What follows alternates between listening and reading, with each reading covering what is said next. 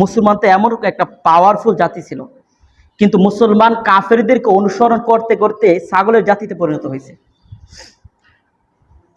একটা ঘটনা পড়ছিলাম, ঘটনাটা এমন ছিল, এক কাটুরিয়া সে জঙ্গলের মধ্যে কাঠ কাটতে গেছে, যাওয়ার পরে দেখে সুন্দর ছোট্ট একটা ফুটফুটে একটা বাঘের বাচ্চা সে নিয়ে আসছে। আনার পরে বাড়িতে আনছে। এখন তো বাচ্চা কান্নাকাটি করতেছে, তার দুধের প্রয়োজন। এখন তাকে দুধ কোথায় থেকে পান করাবে? তখন তার যে ছাগল ছিল, ছাগলের বাচ্চা ছিল, ওই ছাগলের বাচ্চাদের মার যে আছে দুধের মধ্যে নিয়ে লাগাই দিছে। তো ক্ষুধার্ত ছোট বাঘের বাচ্চা দুধ পায় সে পানাহার করছে। ওইভাবে লালিত পালিত হওয়ার পরে ওই ছাগলদের সাথে চলাফেরা করতেছে। ছাগল যেভাবে চলে ওইভাবেই চলে। আস্তে আস্তে ছাগলরা একটু বড় হইতেছে, ছাগলদের মাথায় সিংহ যাইতেছে, বাঘের সিংহ যায়। আর ছাগল দেখবেন ছোট যখন নতুন নতুন সিংহগুলো গজায় তখন একটু ডুসাডুসি করে, আরেক ছাগলের সাথে ডুস দেয়, গাছ পাইলে গাছের মধ্যে ডুস দেয়, পাক্কা পাইলে এখানে ডুস দেয়, দেয়ালে ডুস দেয়। তো এরকম ভাবে ডুসাডুসি করতেছে। সিং আস্তে আস্তে বড় হচ্ছে। মাঝে মাঝে বাঘের যে বাচ্চা ছিল, বাঘের বাচ্চাও তো বড় হইতেছে, ডুস দেয়। সে ডুস দিতে যায় কিন্তু সে ব্যথা পায়, কারণ তার তো সিং নাই। বাঘকে ডুস দিয়ে আঘাত করে, কিন্তু ছাগলের সাথে থাকার পরে ছাগল থেকে সে শিখছে আরেকজনকে আঘাত করতে হয় মাথায় ডুস দেয়া।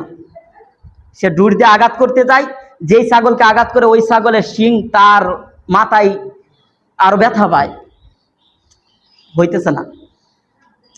তো একবার তাকে মরুভূমির মধ্যে চড়াইতে নিছে। জঙ্গল থেকে এক বাঘ আসছে, আইসা দেখে ছাগলের পালের ভিতরে এক বাঘ। অন্যান্য ছাগলরা তাকে গুতাইতেছে, শিং দ্বারা আঘাত করতেছে, সে আঘাত সইতেছে। কাহিনী কি?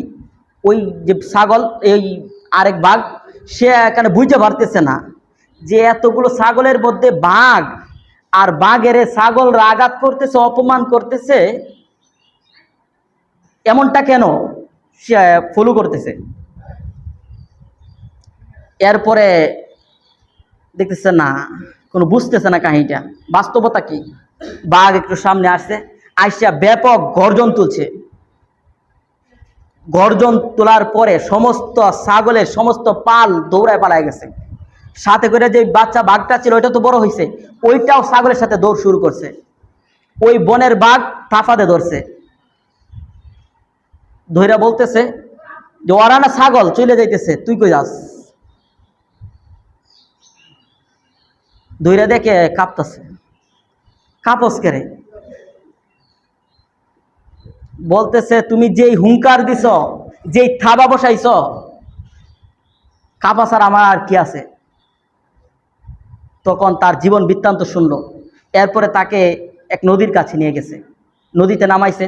সে নদীতেও নামতে চায় না। ছাগল নদীতে নামে? তো সে তো ছাগলের সাথে থাকছে। ছাগলের যদি গলার মধ্যে রশি বাঁধে, গলা চিরা বানানো যায়, সে পানিতে নামতে রাজি না, গলা চিরা যাক।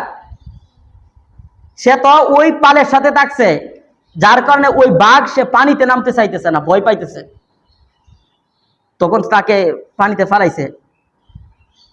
পানিতে ফালানোর পরে যায় দেখে তো পানির মধ্যে নিজের চেহারা, দেখার পরে ভয় পাওয়া যায়। ওর চেহারা তো সে কোনোদিন দেখে নাই, কিন্তু পানির নিচে যখন তার চেহারা অবয়ব বাড়ছে তখন দেখে সে লাফ দিয়ে চলে আসতেছে, মানে ভয় পাইতেছে, না জানি কি পানির নিচে। ওই বাঘে আবার তাকে পাঠাইছে। তো কয়েকবার যাওয়ার পরে তার ভিতরে তার বুঝে আসছে যে না, এটা আমার ওই আকৃতি। তখন দেখে যে এটা তো আমার আকৃতি রে। ওই বাঘের দিকে তাকায় দেখে ওই তো আমার মতো, আমি তো ওদের মতো না, ছাগলের মতো না। কাহিনী কি? তার বুঝে আসতেছে যে আমি তো ওদের সাথে আমার সম্পর্ক, আমার তো চেহারা ওর সাথে মিল। তো ওই গর্জন দিতে পারে, আমি দিতে পারবো না কেন? ওই আঘাত হানলে আমি কেন আঘাত হানবো না? পরবর্তীতে সে তার বাঘের যে বাস্তবতা, বাঘের যেই পরিচয় ওইটা পাইছে। বাঘের আঘাত, থাবা, দাঁত দিয়ে, হুঙ্কার দিয়ে আর ছাগলের আঘাত শিং দিয়ে। আজকে আমাদের মুসলমান